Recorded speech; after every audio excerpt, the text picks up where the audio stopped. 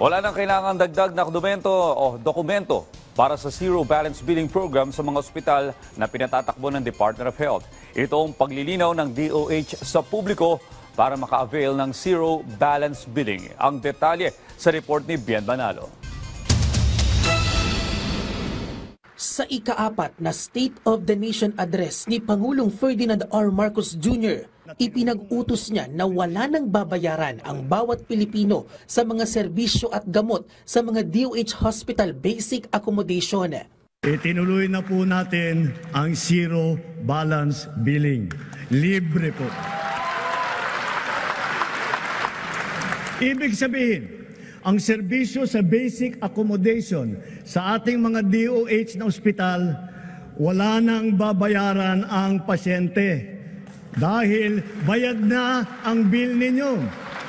Uulitin ko, wala nang kailangan bayaran ng pasyente basta sa DOH ospital dahil bayad na po ang bill ninyo.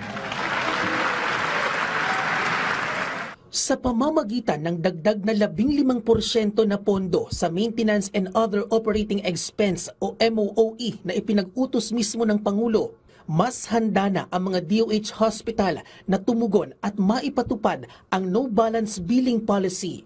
Isang konkretong hakbang tungo sa mas dekalidad na serbisyong medikal para sa lahat. Sa ngayon ay mayroon ng mahigit 80 DOH hospital sa buong Pilipinas.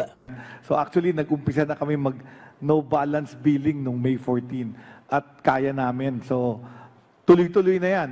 All the 83 hospitals will be doing no balance billing.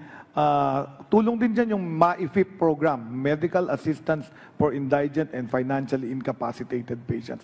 Laking ginhawa sa amin para sa aming dialysis patient, lalong-lalo na sa sitwasyon namin na tinamaan ng ganito. Samantala, ilalagay na rin sa eGov app ang pagproseso sa Medical Assistance to Indigent and Financially Incapacitated Patients Program. Ito ay para mas unified, mabilis, transparent at accessible ng pagpapaabot ng tulong medikal sa ating mga kababayan. Bien Manalo para sa Pambansang TV sa Bagong Pilipinas.